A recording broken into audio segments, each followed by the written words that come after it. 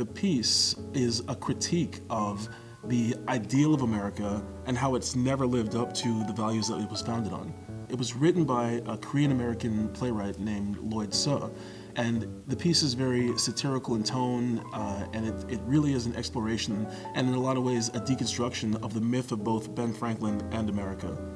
Everyone has a conception when they hear Benjamin Franklin. There's an image that comes into people's mind, and they picture this great man who's a founding father and this innovator, but you never think about, like, you know, what was his relationship like with his family, right? And we know that he had a number of illegitimate children, and I don't think it's a stretch to see a dysfunctional relationship between them. So it's fun in this play, and of course, this isn't like a historical retelling, right? There's a lot of information that the playwright puts in the piece that's not historically accurate, but it's making important thematic points.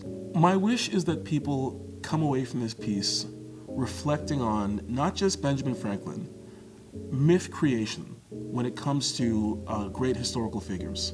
How much of history is written by the victors and people in power, and how much of people's stories are rooted in myths that are in service of nation or country or capitalism versus what the real person is like.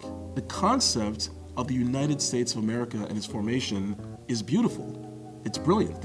A country founded on ideals and liberty and representation by population. It's a beautiful idea.